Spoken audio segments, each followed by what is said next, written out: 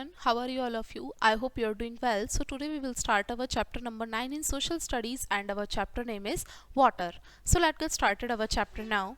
Take a walk in your locality and look for the different sources of water there.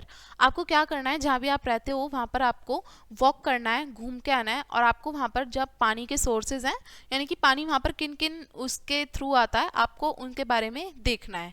Also mention the time of supply of water in your area, और आपके area में पानी की supply का timing क्या है वो भी आपको मेंशन करनी है. Spread awareness among your family and friends not to waste water, और साथ में आपको जागरूकता फैलानी है अपनी फैमिली में, फ्रेंड्स में, कि आपको पानी बर्बाद नहीं करना. ठीक है, तो अब अपना चैप्टर स्टार्ट करते हैं. क्या बोला है?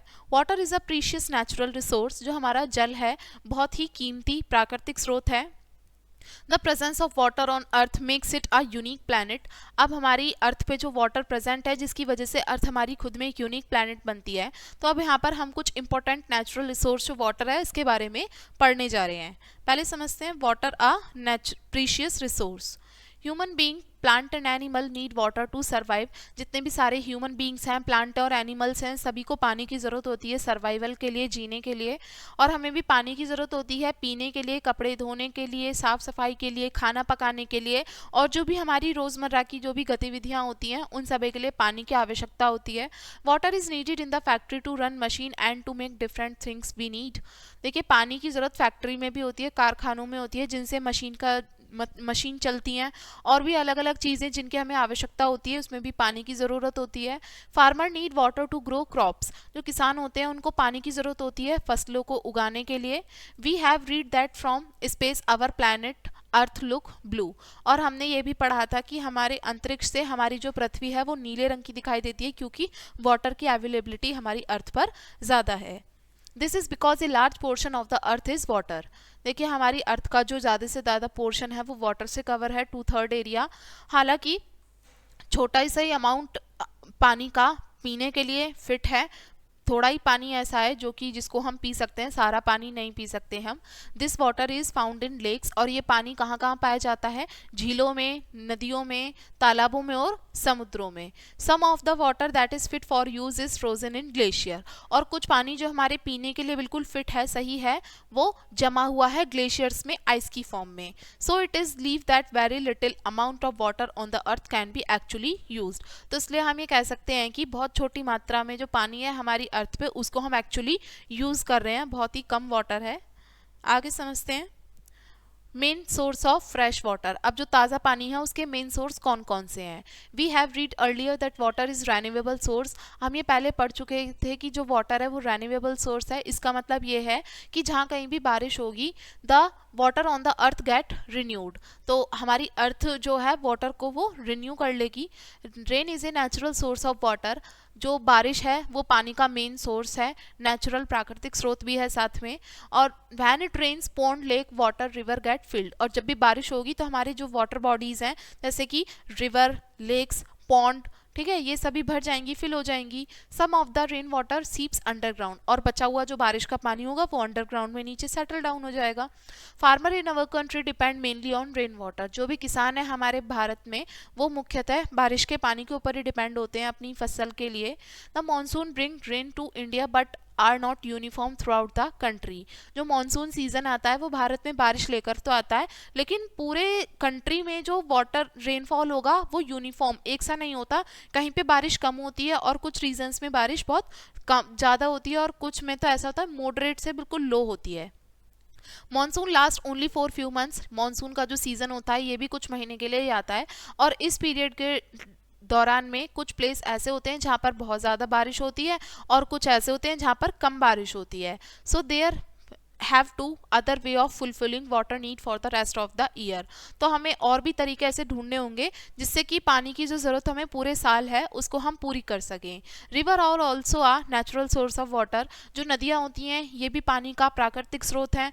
अब जैसे गंगा, यमुना और ब्रह्मपुत्र, इनको पानी कहाँ से मिलता है? जो बर्फ़ हमारी पिघल के आती है, हिमालय माउंटेन रेंजेस हैं वहाँ से, और साथ में जो हमारी ग्लेशियर्स हैं वहाँ से बर्फ़ पिघल के आती है, वहाँ से इन रिवर्स में पानी मिलता रहता है, they do not completely dry up. तो इसलिए जब गर्मी का मौसम आता है तो ये पूरी तरीके से नहीं सूखती। अब गोदावरी, कृष्णा और कावेरी ये रेन फेड रिवर्स हैं, यानी कि बारिश के पानी के ऊपर ही डिपेंड रहती हैं। अगर बारिश ज़्यादा नहीं होगी तो ये नदियाँ भी गर्मी के मौसम में सूख जाएंगी। Lakes and pond also depend on rain for water. अब जो हमारी झील हैं, तालाब हैं, ये भी बारिश के पानी पर ही डिपेंड करते हैं। In some cases people dig pond to store rain water. अब कुछ केस में जो लोग हैं वो तालाब खोद देते हैं जिससे कि रेन वाटर की स्टोरेज वो कर सके आगे की नीड्स को फुलफिल करने के लिए। Conserving water, clean water is very precious resource. जो हमारा क्लीन वाटर है बहुत ही कीमती प्राकृतिक स्रोत है। Unfortunately pollution through industrial waste, domestic waste, washing and bathing is spoiling our river more and more. अब अनफॉर्चुनेटली जो भी प्रदूषण है हमारा, जो कहाँ कहाँ से हमें हो रहा है, इंडस्ट्रियल वेस्ट से, डोमेस्टिक वेस्ट से, जो भी हम नहाते हैं, धोते हैं, और इन सभी से, और इससे हमारी जो फ्रेश वाटर सोर्सेज हैं जैसे कि रिवर्स हो गया, ये सभी चीज़ें स्पॉइल हो रही हैं, ख़राब हो रही हैं। ताज़े पानी के जो सोर्स हैं वो ख़राब होते जा रहे हैं। एट द सेम टाइम पे जो ग्राउंड वाटर है, जो हमारी ग्राउंड में बिल्कुल नीचे है पाया जाता है, वो भी, उसका भी ओवर यूज़ हो रहा है। ज़रूरत से ज़्यादा हम इस्तेमाल कर रहे हैं तो वो भी हमारे यूज़ के लिए अब नहीं बच रहा। To be able to use this essential resource forever, we need to conserve and save it and also protect it from getting polluted. अगर हम इसका आगे के लिए, हमेशा के लिए पानी का इस्तेमाल करना चाहते हैं, ताज़े पानी का हम चाहते हैं कि प्रयोग हमें आगे तक होता रहे, पानी मिलता रहे, तो इसलिए हमें पानी को बचाने की ज़रूरत है और उसकी सुरक्षा करने की भी ज़रूरत है, और उसको पॉल्यूटेड भी हमें नहीं होने देना है। बात करते हैं वे ऑफ कंजर्वेशन। अब कंजर्वेशन के क्या क्या तरीके हैं। India is an agrarian country and farmer need water through out the year of their crops. India एक एग्रेरियन कंट्री है और वहाँ पे किसानों को पानी की ज़रूरत होती है पूरे साल भर अपनी फसलों के लिए। It is therefore essential that we conserve water by building dams. तो इसलिए बहुत ज़रूरी है हम पानी को कंजर्व करें। कैसे? जो बांध होते हैं नदियों पे उसको बना करके, कैनाल्स बना करके, कैनाल्स रजवाहों को बोलते हैं, टैंक बना करके और रिजर्वायर बना करके हम वाटर को रिजर्व कर सकते हैं for further needs. Canals are channels dug in ground to allow water from river to flow into the field. Canals हमारे वो चैनल्स होते हैं जो कि हम ग्राउंड में खोद करके बनाते हैं जिससे कि पानी हमारा नदियों का हमारे खेतों तक पहुंच जाता है। India has a large canal irrigation system.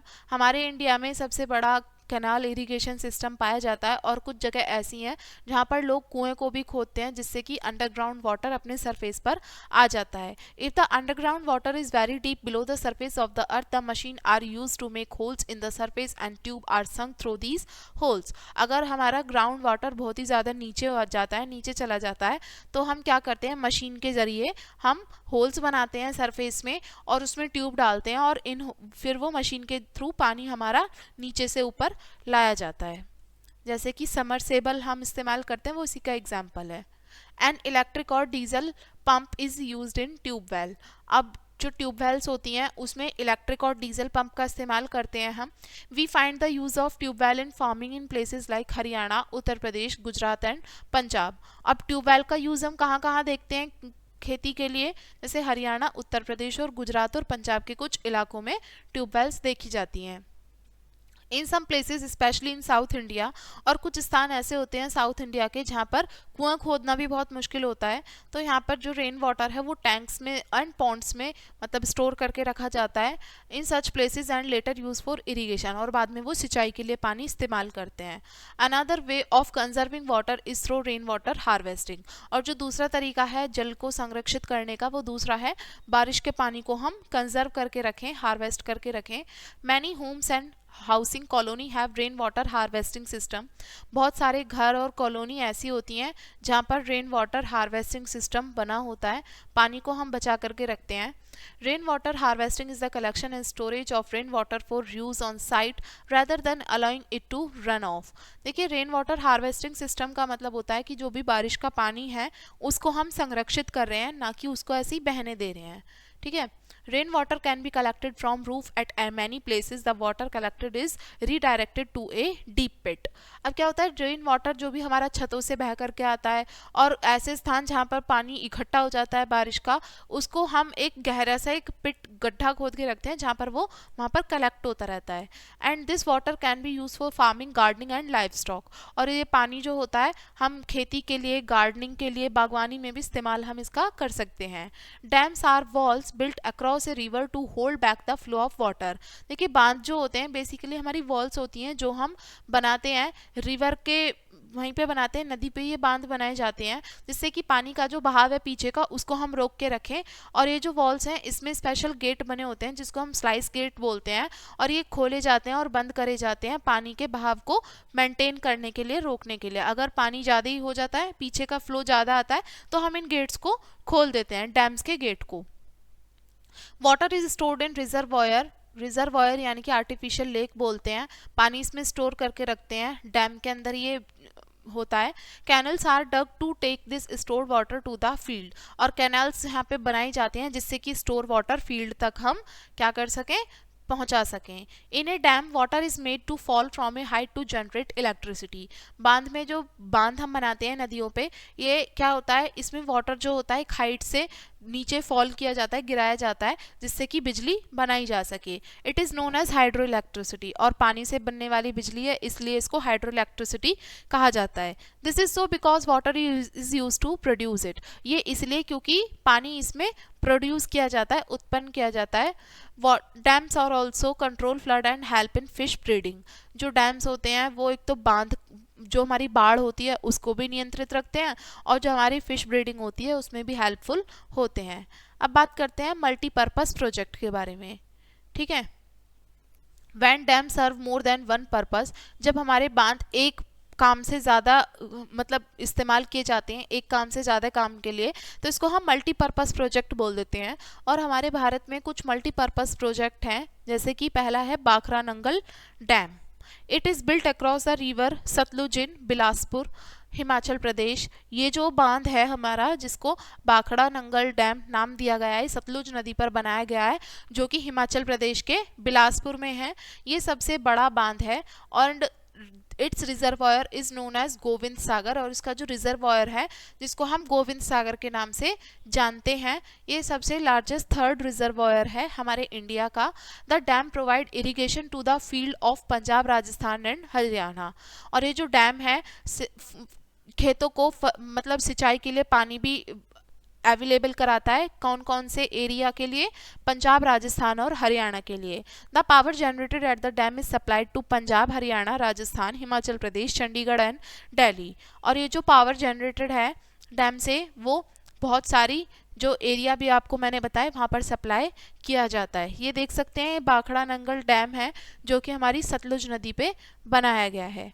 Damodar valley project, the project is built across the river Damodar. और ये जो हमारा प्रोजेक्ट है दामोदर नदी के ऊपर बनाया गया है, ये हमारा पहला ऐसा मल्टीपर्पस रिवर वैली प्रोजेक्ट है जो कि आज़ाद भारत में मतलब स्वतंत्र भारत में पहली बार बनाया गया था। This project has a number of dams through which water is provided for irrigation to the state of waste Bengal. West Bengal के अलग अलग राज्यों में खेती के लिए ये पानी यहाँ से इस बांध से उपलब्ध कराया जाता है। और इस प्रोजेक्ट में बहुत सारे जो नंबर ऑफ डैम्स हैं वो भी हैं। आगे समझते हैं Farakka barrage. The barrage is built across the river Ganga in the state of waste Bengal. ठीक है, ये जो हमारा बैराज है ये गंगा नदी में बनाया गया है, गंगा नदी के ऊपर बनाया गया है जो वेस्ट बंगाल राज्य में है। वाटर जो है इस प्रोजेक्ट से वेस्ट बंगाल के और बांग्लादेश के अलग अलग हिस्सों में सप्लाई किया जाता है। अब बात करते हैं Idukki dam. The Idukki dam is built across the river Periyar in Kerala and is an important dam in south India. South India का सबसे महत्वपूर्ण डैम में से ये एक है और जो कहाँ पर बनाया गया है, केरल की पेरियार रिवर के ऊपर ये बनाया गया है। ये देख सकते हैं आप, ये ड्यूकी डैम की फोटो है। आगे समझते हैं सरदार सरोवर डैम। सरदार सरोवर बांध जो है ये नर्मदा नदी के ऊपर बनाया गया है, गुजरात में है, जो कि it is not only supply water to Gujarat and Rajasthan but also provide hydro electricity. ये जो डैम है ये ना ही सिर्फ वाटर प्रोवाइड कराता है गुजरात और राजस्थान के एरिया में, बल्कि साथ में ये हाइड्रो इलेक्ट्रिसिटी भी प्रोवाइड कराता है। Nagarjuna Sagar dam, this dam is built across the river Krishna located on the border between Andhra Pradesh and Telangana. ये जो डैम है हमारा कृष्णा नदी के ऊपर बनाया गया है और ये आंध्र प्रदेश और तेलंगाना के बीच का जो बॉर्डर है ये वहाँ पर प्रेजेंट है। It is one of the earliest hydro electric project in south India. South India के सबसे पुराने जो हाइड्रो इलेक्ट्रिक प्रोजेक्ट हैं ये उसमें से एक है। आप देख सकते हैं नागार्जुन सागर डैम की पिक्चर है। आगे समझते हैं Hirakud dam. Hirakud dam, it is built across the Mahanadi river. ये महानदी जो हमारी रिवर है वहाँ पर बनाया गया है।